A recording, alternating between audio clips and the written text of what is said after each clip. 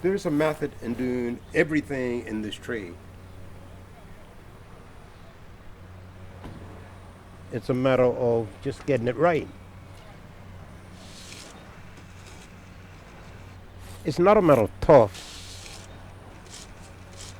It's a matter of you work the work and don't let the work work too.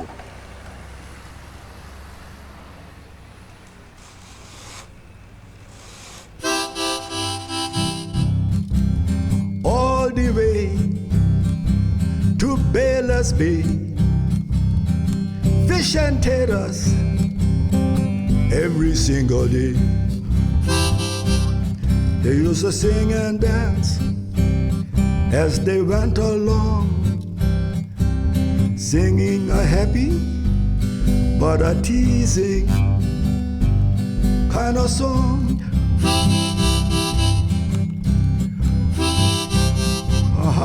Yeah, man.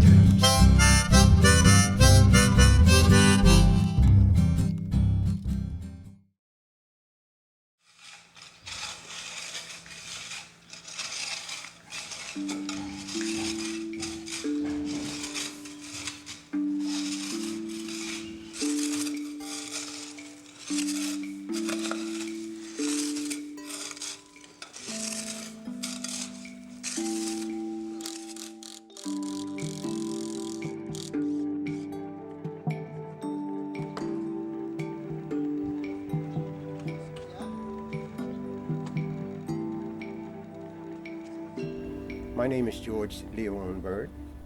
I grew up in Devonshire and was brought up on Jubilee Road. I had 6 siblings. In the early days, the only secondary school that was available at that time, it was Berkeley Institute, and they had the selected few that went to Berkeley. So when we reached the age of 14 to leave the school, we either had to select a trade or go in the grocery store or around the farm. Growing up, my father always instilled in us that we had to learn a trade when we came out of school. Every one of the boys had to learn a trade. And talking to my next door neighbor, the late Ansel Birch, he said to me, "I think I could help you out." I said, "Okay." So he called Ernest Peets, which was the foreman for Alcy Morris. So Ernest Peets says, "Yes, bring him along." So I went on the next day to that trade.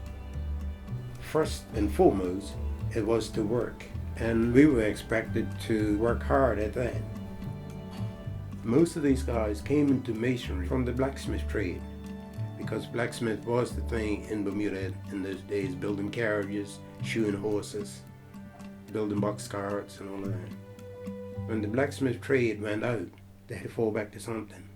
And I had fun working with those chaps, and that encouraged me more and made me really want to pursue the trade.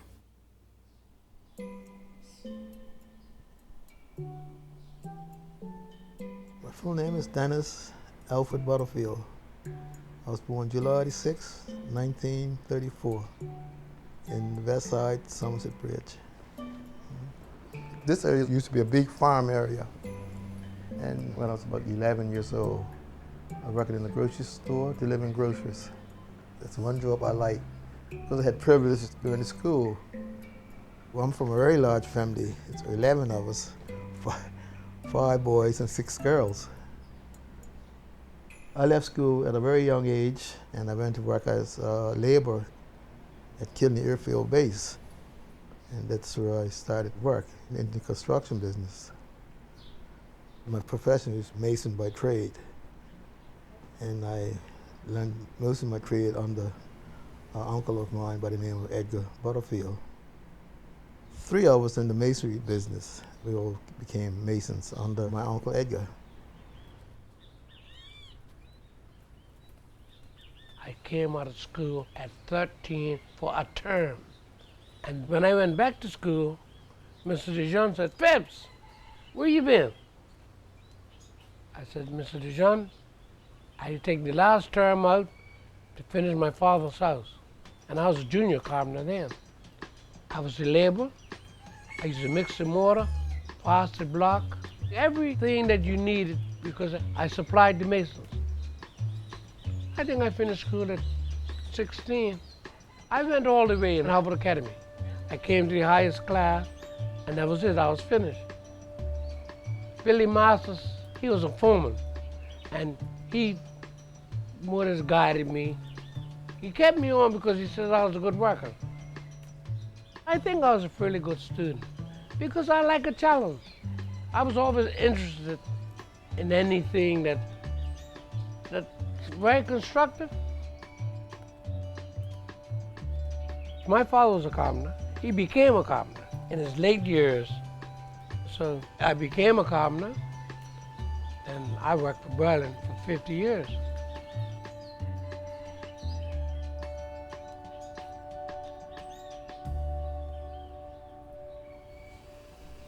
Bull Butler, they call him. I didn't know his right name, but he taught me a bit of carpentry. So I was working at Ariel Sands, laying out the staircase. So his brother came along and says, what are you doing? Who taught you that? I said, your brother.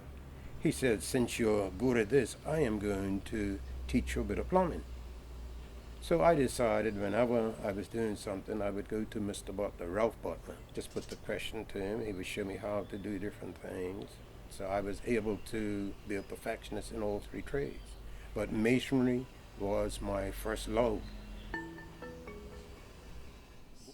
I knew Leo and Brett from the time I left school. I think we worked at the same job at the base. They were building houses. We were both young boys. And when the job closed, I left the base. Then I always wanted to be a plumber. At that time, work was slow, so I went to work with my uncle as a laborer. There was no time that I had a free hand laying around doing nothing. He would say, hey, take up this tool and do this, and do that. You learned as you came along. I was told to do something, and I done it. You have to start from scratch, and you end up, doing everything. So there was no such thing as just on one trade. You just do plastering, bricklaying, tiling, things like that. You knew everything. I went to a trade as masonry, and that's where I learned. So I stayed there for about maybe, my gracious, almost 20 years, I guess. Tiling would be my specialty, yeah.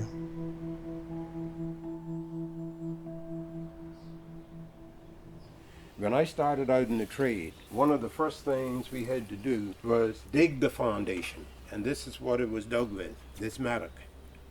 And you get there and dig the foundation. The shovel, used to shovel it out. Today, we have a thing called a backhoe going there, machine, which does everything. And what they leave in there, it goes. In my day, starting out, we had to use this broom and sweep all of the dust and bits of sand out of the foundation before we laid it.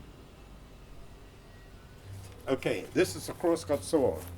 It's either used for cutting stone or the quarrying that we use for building. And also, this very same saw we cut all the slate with for the roof. This was your main tool in the quarry.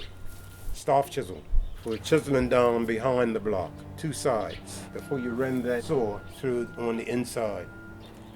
It's surprising to see how they used to do that. And those chaps used to take a cedar tree, about that size, put down behind there, pry, drop off cuts of stone and pry out. When they got down a certain distance, two of the strongest men would go behind that block with the back and push that block the rest of the way. See, they don't make that type of man today.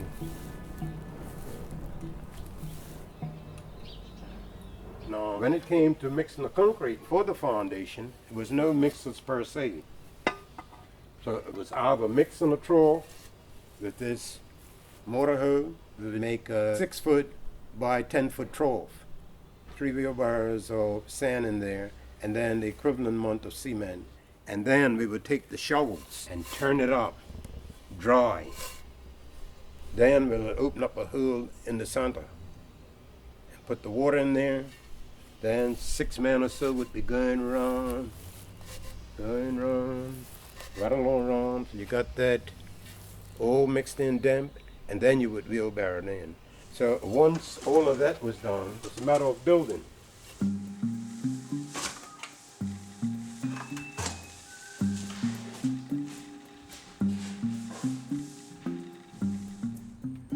I love roofing. That's one of my major jobs. I've cut millions of roofs in Bermuda alone. When you build a house, a roof is a basic thing. You want to get the roof and get it covered because they can work whatever night they want to work and work as long as they can.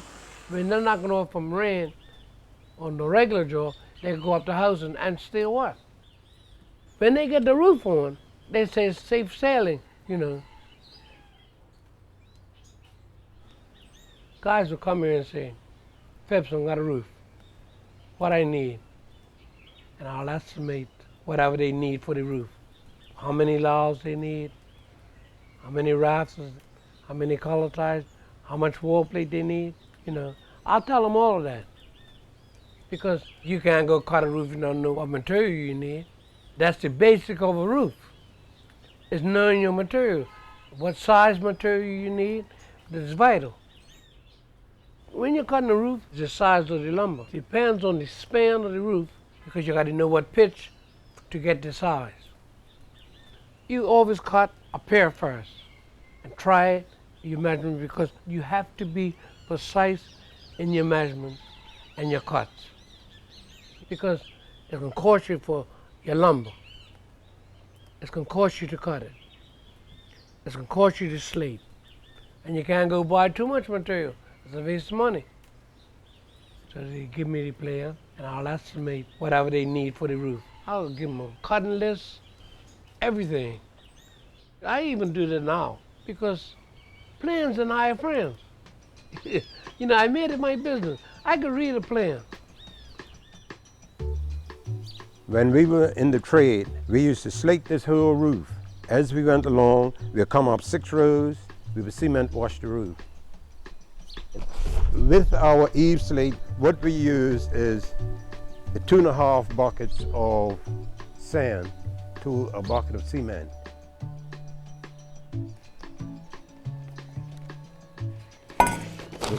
When I make this mixture now, I'm going to mix it up perfectly dry first before I add the water.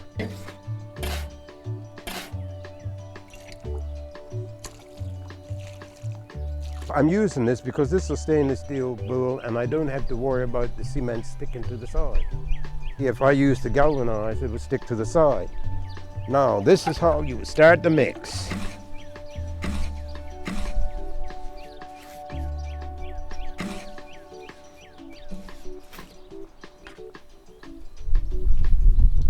Little by little, you don't put too much at once. See, by mixing it in properly when it's dry, you get a better mix. You don't have to add that much water. The water is just to dampen the sand and the cement.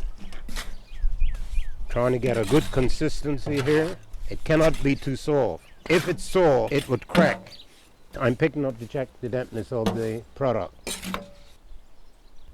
I would use the cement mixer if I was making up 30, 40, or making them up to sell them.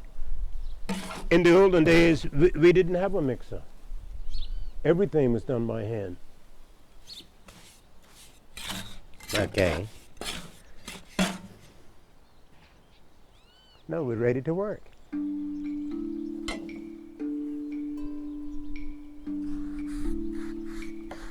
See, I would put that up here, and that has to be pressed in. We press it in. You may see the darkness around the board. That is oil. You have to oil this in order for the material not to stick to the board, and then we could just slide it out in a couple of days' time.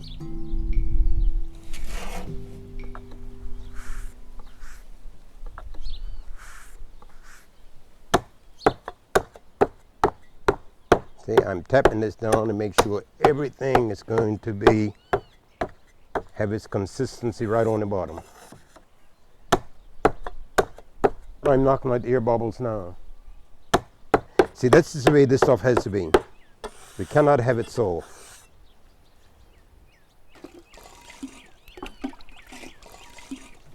And this is what we do now. Let's see where we need stuff.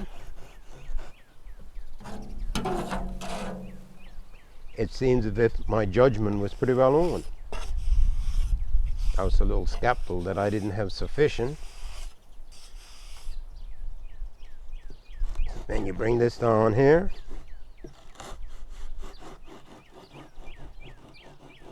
Say if you had a home, say 40 by 30. So you would need, off the top of my head, let's say 90 slate.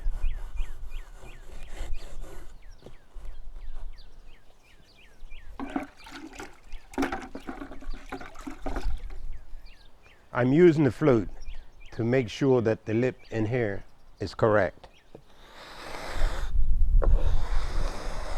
You may ask, why am I smoothing this hole? This is the bottom side of my slate afterwards. So the top doesn't have to be smooth because the mortar would grip to it.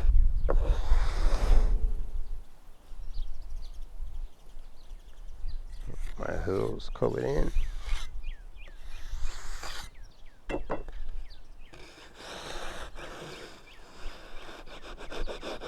Just to show you what I'm trying to get here. That's the lip that holds to the log. I'll leave that there for a day or 2 days before I take it off.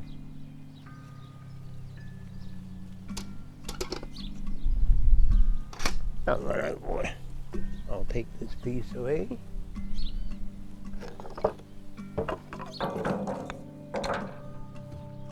Nah, don't break up there. Don't break. See, this is what I would do.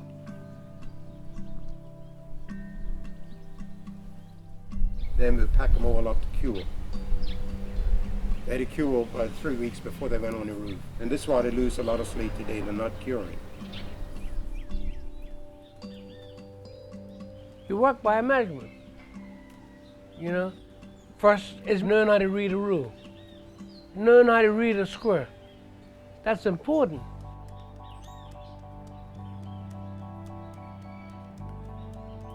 Even learn how to lay out a roof. If you know the basics, you have a better outlook of what you're doing. You can't just put up a roof and you don't know how to put your wall plate down.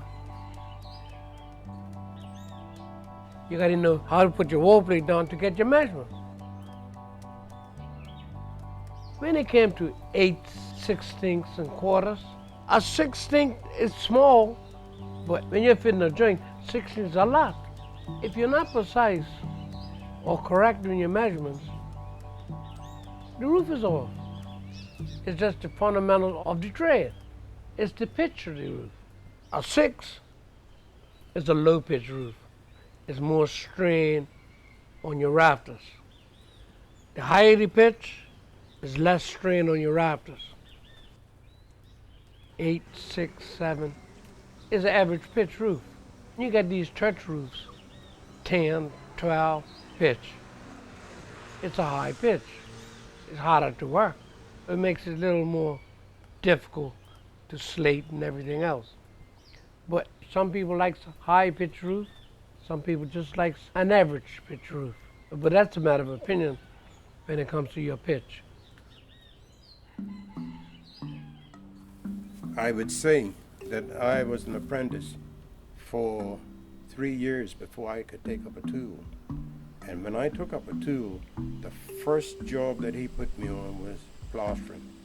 And that was plastering on wooden log, not the gypsum board like we have today.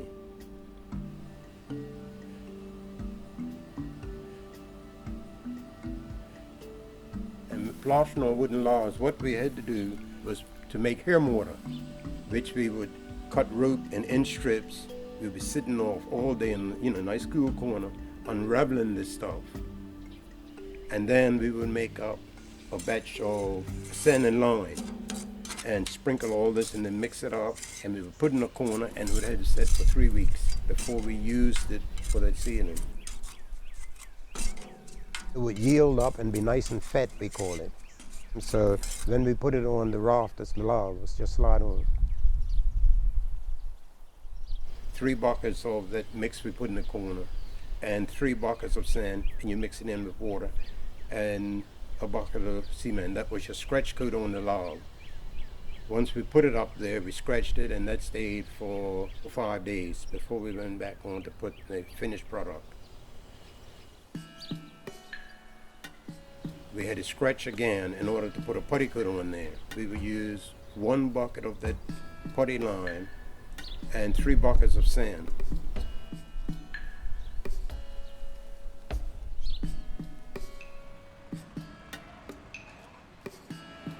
This is the 1/8 of an inch mesh you use for your interior plastering. And when we got to the putty coating and all, we would use ordinary screen wire. And the sand had to be good and dry to go through these two. So that sand had to be fine.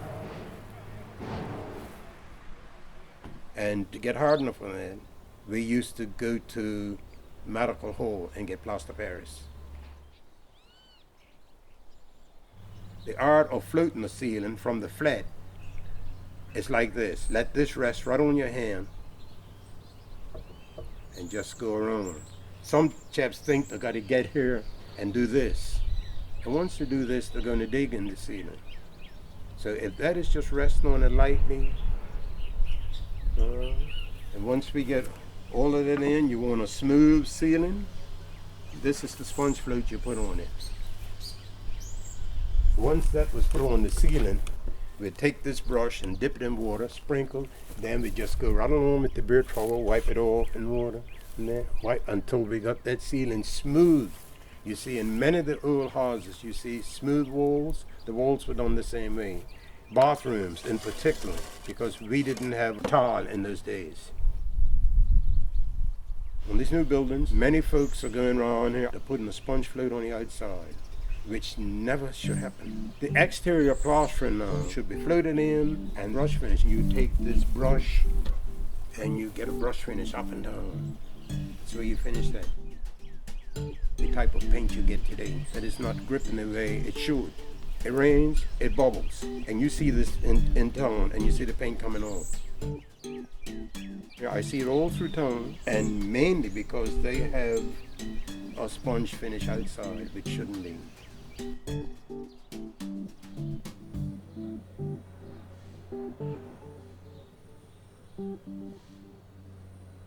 Here we are now at Ferry Reach. We're looking at the old military lime kiln.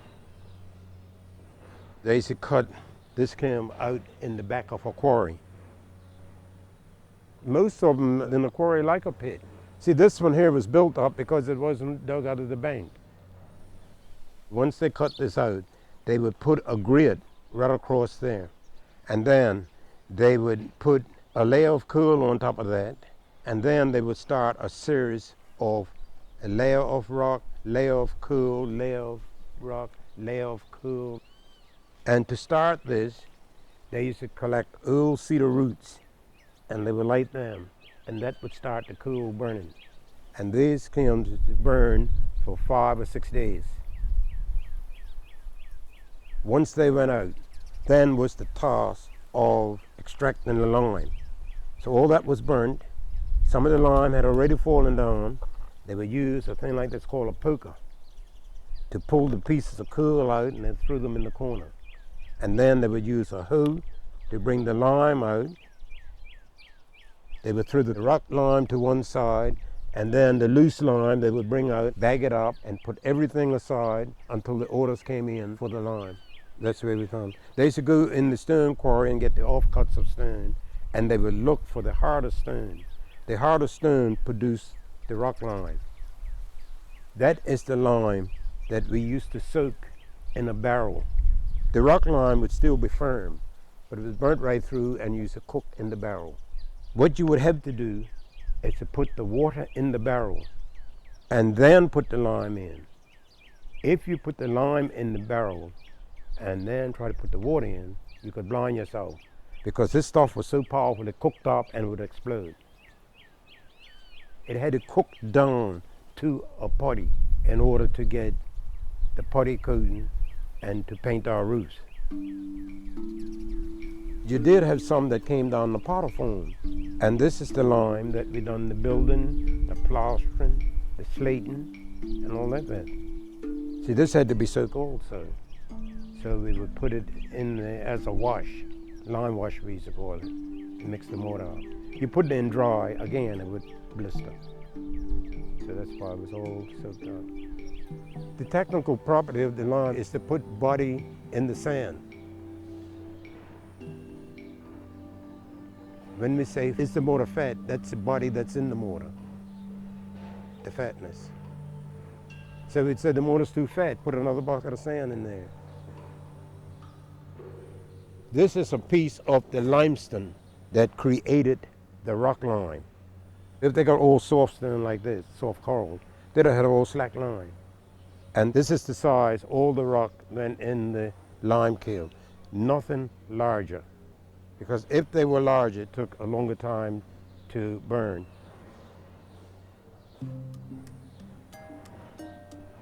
What's replaced that is a synthetic lime that comes in. I think it's all crushed. You take the stone and crush it abroad and bring it in. That foreign rock, they have all sorts of minerals in that rock. Here, the minerals were cooked out of the rock, and we just had the putty and so forth. In Devonshire Parish alone, they had 12 of these lime kilns around at that time. Chaingate Hill, Butterfield and Vallis, believe it or not, they were scattered all around.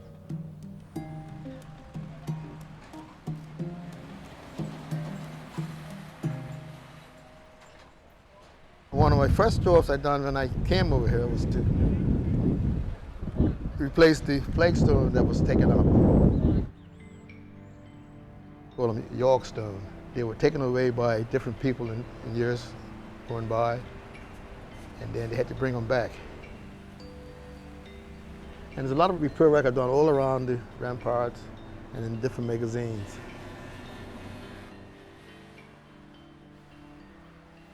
All this stone was mostly limestone. I never worked with that type of rock before. Limestone is something that it's very hard and that you cannot cut it with an ordinary saw. It's common in Bermuda, but you don't use it much anymore. And coral is a stone that's more porous than the limestone. You can cut coral with a saw. This is what our roofs are made of, coral slate. Now you see this here is coral. See the difference in the portion in the stone? It's coral, and this will be limestone. It looks the same, but it's not. Most of the outside walls are limestone, and the inside is coral. The challenging part was when I had to cut through a limestone or remove limestone. It was very hard to chip or cut, but there's a lot of coral involved in it as well, so it made my job much easier.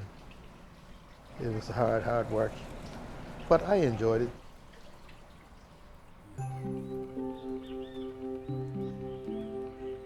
I also worked at City Hall. I worked there as well. I wasn't really in the carpenters at that stage, but I was learning. And I didn't realize it was so much work in a truss roof. It's the span, and City Hall's 30, 40 feet. The size lumber, 6 by 8, and you had to cut it by hand. And then it's the design of it. You got king posts, and you got struts. You got to fit the joints where you can't see it. It's so many different parts in the roof for the expansion. And then you got like struts to support it. It's so many different parts in it. I built the tower where the wing is, like I was in charge of that, and I was young. And I put the boat up, myself and Jack Bully. I was there right from foundation, and I was there a year.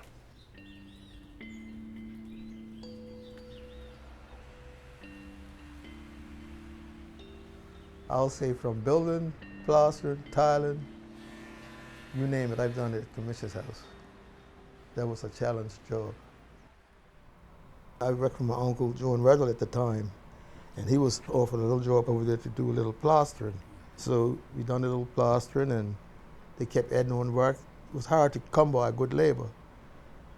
So when I spoke to Dr. Harris about, Mr. Virgil is going out of business, and this may be my last week or working here. So he says, no, I'll see if he can keep me on permanently. So I said, well, that sounds good, I think it was back in 1982. And I came over here to plaster one wall to get an apartment ready. And they had me over for 20 years. So that was a long wall,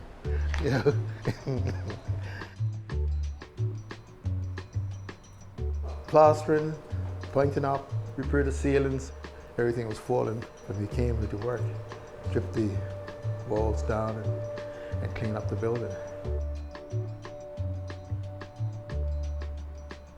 When you go there now and look at it, it's impossible that they got this place working again. Because when I first went over there, it wasn't safe to walk in the building. The ceiling, all that was dropping down, and the plaster on the walls, it was coming off. At that time, they had plaster over the coral, and it was coming away from the walls. It was just falling. This is all the same entrance that it used to be, but everything you see here is new.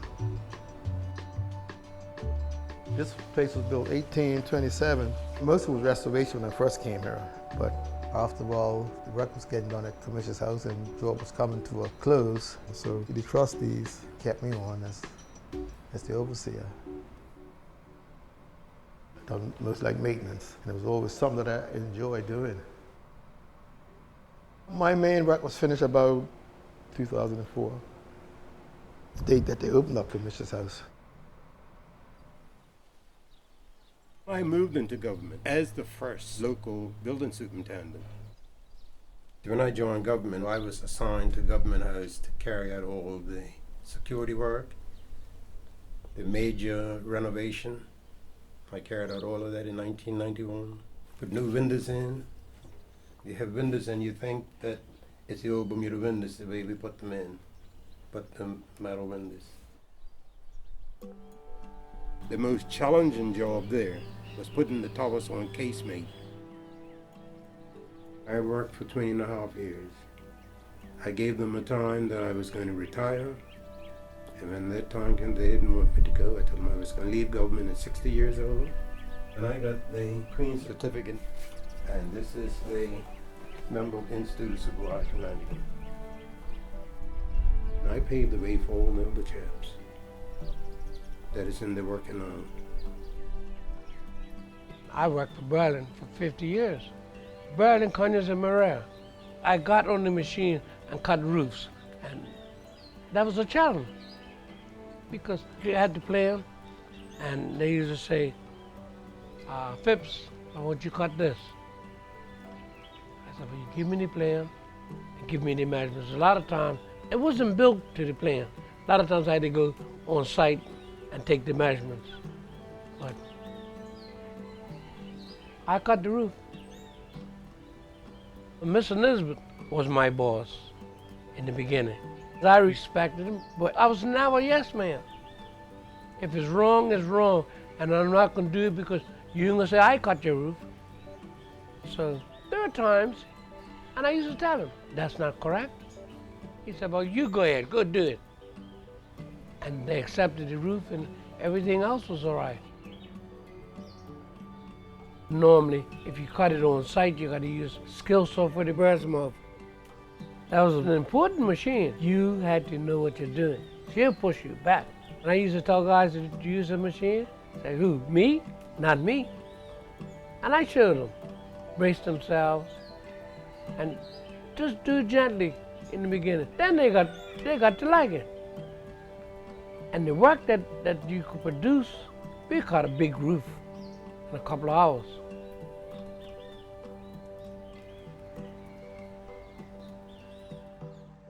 Before I went to commercial service, all my work was done cottages, single cottages, never on a big construction site. When I worked for my uncle, I was more of the foreman, and we had a lot of young boys come in to work for him. And I had a lot of good guys that turned out to be good masons. So those big sites, cottages built different. So when this guy just come out and work for me off a construction site, I had to practically teach them all over again. They were on a big scale, so they couldn't work on a small scale. When they was on a construction site, that's all they done, lay block. At my time, you done everything. Plaster, brick, tile. You start from scratch.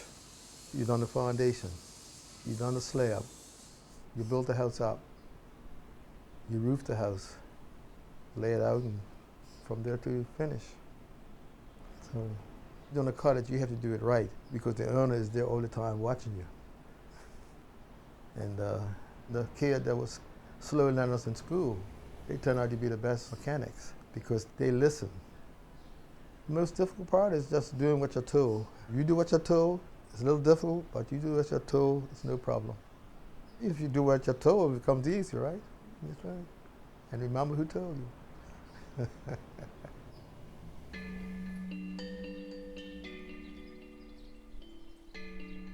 Welcome to my home time. That abbreviation means this house is my earnings. Every block on this building, I laid it myself. I designed this building and I built it. So I drew up all of this, put it through planning. I gave them the work, the elevations and everything. Every slate on the roof, which was 4,000 slates, I laid that slate on the roof myself. It's a tedious job, but it was done. You did ask me, what did I like in the trade? I like everything. Within masonry, everything. I didn't discriminate any of it. I was a fussy worker, and by being fussy, all the tedious jobs, I would say, like putting coins on corners, building buttress, moon gates, all of that was given to me. And I became a perfectionist in that type of work. Big clock on the wall used to say, take your time. The little watch right now says, make it fast. And this is what we see in the trade today. I would call it a bull rush. Let's get it done. It's speed and judgment today. Make a quick buck. You know, I want to get up and get out. If we could have someone today to really teach the trade the way it's supposed to happen. It's too much emphasis being put on today, chaps having O levels. How many of the tradesmen just had the vocational training? I could tell you this, O levels is not necessary. In my day, you didn't worry about a degree, you learned on the job. And every Tuesday, we had 2 or 3 guys that came work from the trade school, and they turned out to be good tradesmen. If they had that program going today, you'd have more mechanics, more Bermudian mechanics out there working. At the time, carpentry was more essential than it is now because they're bringing in everything. Everything is pre-made, bringing in just assembled there. They don't want to do it themselves. If they could pay to get it done, boom. Like, look, all these cabinets are bringing in. Some of them is pressed wood. As soon as it hits the dampness, it goes apart. Yeah, it's just a lot of things that's different. It's just quickness and cheapness. That's the whole approach to things. The things that we took a lot of pride in, it don't exist any longer. At the moment, I look around, you know, and I see most, like the young boys, they're not interested in trades. See, in my time, when we came along, that's all a boy wanted to do, is to learn a trade, to go out and learn something. But you don't see that today. A lot of guys would come on the job and work, and I would tell them, just take up a tool, to get a little familiar with the tool. And first thing that came out of their mouth was, they don't get paid for using tools. So I'll just leave that one alone and show my interest in the guy that wants to learn a trade.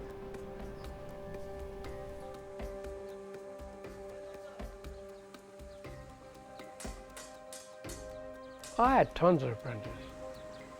Some liked me and some didn't.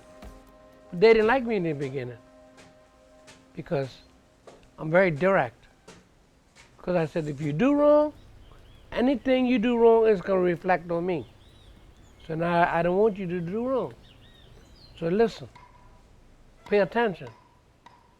And that's why I got a lot of success in my help, because they didn't want me to get upset. And today, they approve of me and say, that's the fellow that taught me.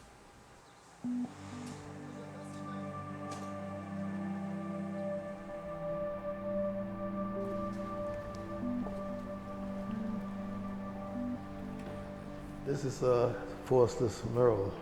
I guess you all seen and heard about that on TV or reading the papers.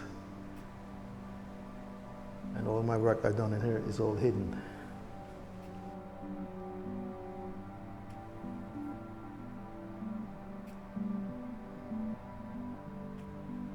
At the museum was always something to do.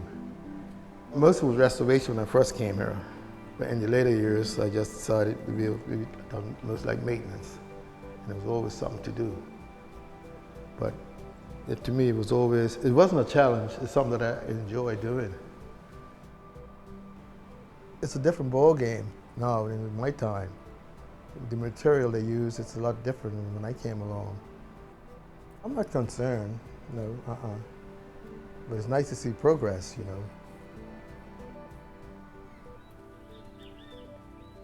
It's Bermuda cedar.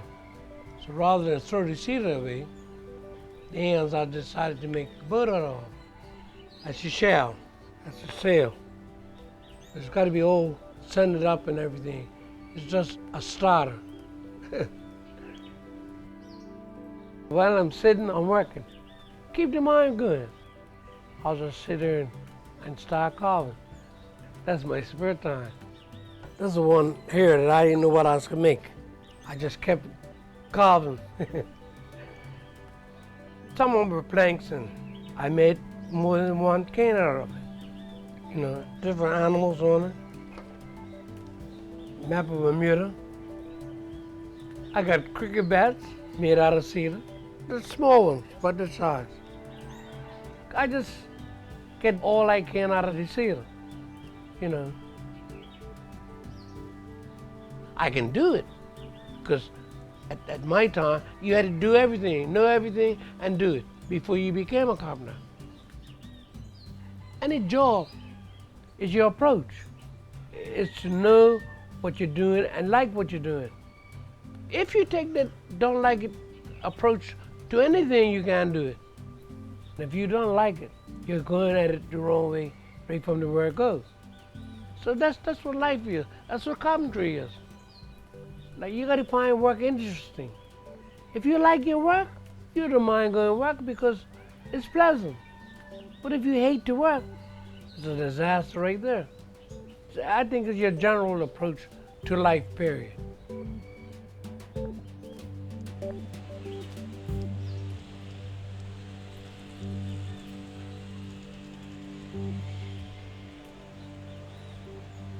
As I drive about and I see a place, oh, I worked on that place. I've been from Bayless Bay to Somerset, assisting people. The early days were good days, and I'm glad I went out to the trade in those days. I am semi-retired now.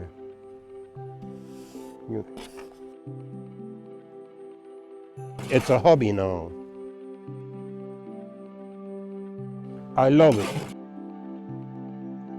I love this, and I hate to see the trade die out. And I don't want to pass on and leave something undone. Someone helped me, so why shouldn't I help others?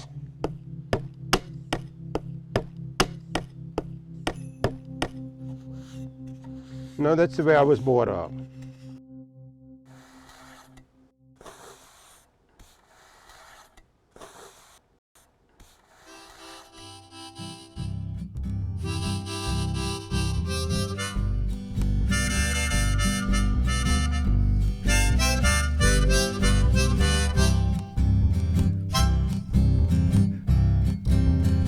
Many, many years ago, they used to sing and dance all the way from Somerset to St. Jude. They used to sing and dance as they went along, singing a happy but a teasing kind of song. What they singing, man? They go like, all the way from Mangrove Bay. That's where all the old maids stay. All the way to Crowland Cider. Nothing there but foolish pride. What you say, man?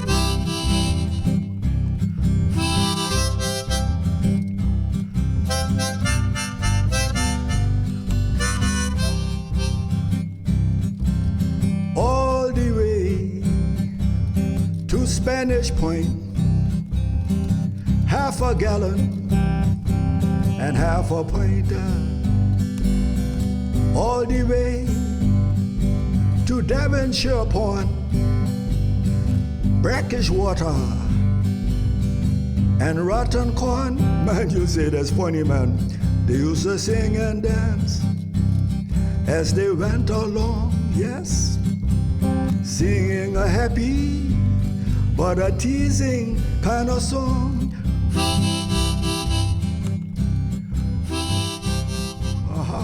Yeah, man.